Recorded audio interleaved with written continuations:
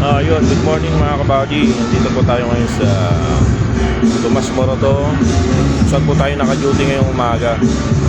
Bali, mayroon tayong event dito. Kung tawagin ay Car Free, Carless Day. Tuwing Sunday po, ginaganap po yung ganitong mga event dito sa Tomas Morato. Ngayon mga kabady, kung may papadaan po kayo dito sa lugar na to, medyo hindi po kayo makakaraan kasi po sinasara po namin yung daan dito para bigyang daan yung event natin na magkaroon sila ng lugar kung saan po sila pwede mag-jogging, kung saan sila pwede mag-zumba. Tuwing Sunday na po ito mga kabady, kaya pinapaalalahan ko na po napapadaan po dito tuwing Sunday ng morning dito sa Tomas Morato.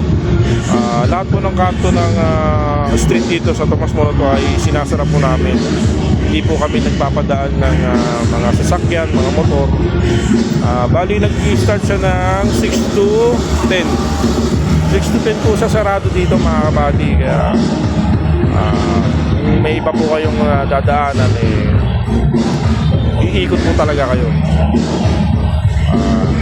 Bali pagdating po ng 10 a.m. Muli po namin pinupusan yung daan para sa ating mga kababayan. Yun lang po sa traffic update po natin mga kabady. Ito po ang inyong likod, Traffic Update TV. I-follow nyo po ako sa Facebook ko at sa TikTok account ko. Good morning po mga kabady. Salamat po.